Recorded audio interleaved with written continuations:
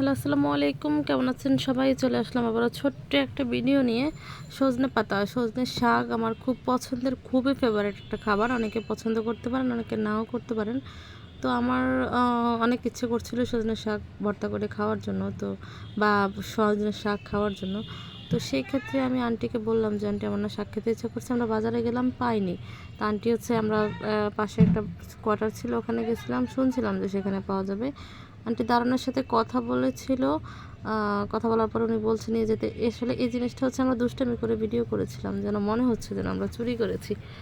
তো আমরা এখান থেকে যে নিয়ে আসলাম, নিয়ে এসে ওর পাশে আরেকটা কোয়ার্টার ছিল, ওখানে আসলাম, ওটার পরিবেশটা দেখলাম। এটা নতুন হয়েছে, হওয়ার পরে আমাদের আর যাওয়া হয়নি, এই জন্যই ঘুরে আসলাম।